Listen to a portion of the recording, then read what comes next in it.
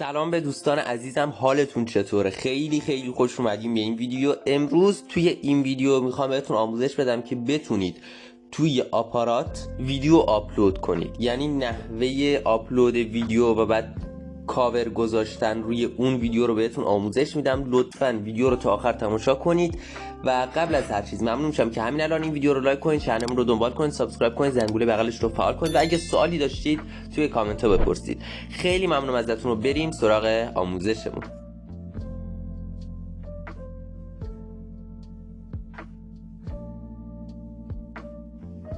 خب بچه ها، برای اینکه بتونید توی آپارات ویدیو آپلود کنید و بعد روی اون تامنیل بذارید باید وارد سایت اصلی آپارات بشید و بعد قسمت خانه.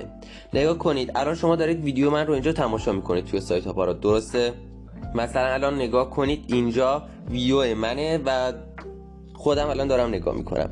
بالاتر از ویدیوی من الان یه قسمتی هست نوشته شده آپارات و لوگوی آپارات رو گذاشته اونجا. خب روی اون کلیک کنید، روی اون آپاراتی که اونجا نوشته شده کلیک کنید تا وارد صفحه خانه آپارات بشه و بعد از این قسمت روی این لوگویی که اینجا میبینید پروفایل چنلتون اینجا کلیک کنید و بعد کمی بیاید پایین نوشته شده بارگذاری ویدیو، اینجا روی این قسمت کلیک کنید و بعد اینجا بارگذاری ویدیو است، اینجا انتخاب ویدیو رو بزنید و ویدیو مورد نظرتون رو انتخاب کنید و بعد حالا این قسمت میبینید بالاتر از اون که ویدیو داره آپلود میشه هیچ کاری نداریم.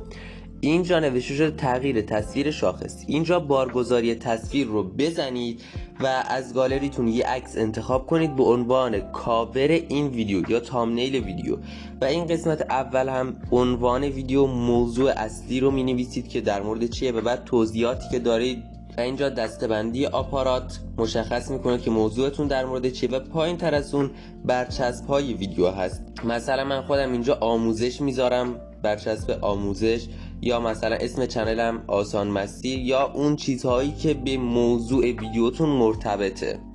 خب بچه‌ها این بود از ویدیو امروز، امیدوارم خوشتون اومده باشه. یادتون نره ویدیو رو لایک کنید، چنلم رو دنبال کنید، سابسکرایب کنید، زنگوله بغلش رو فعال کنید و اگه سوالی داشتید این پایین بپرسید. خیلی ممنونم ازتون. تا ویدیو بعدی، خدا نگهدارم میگه شما.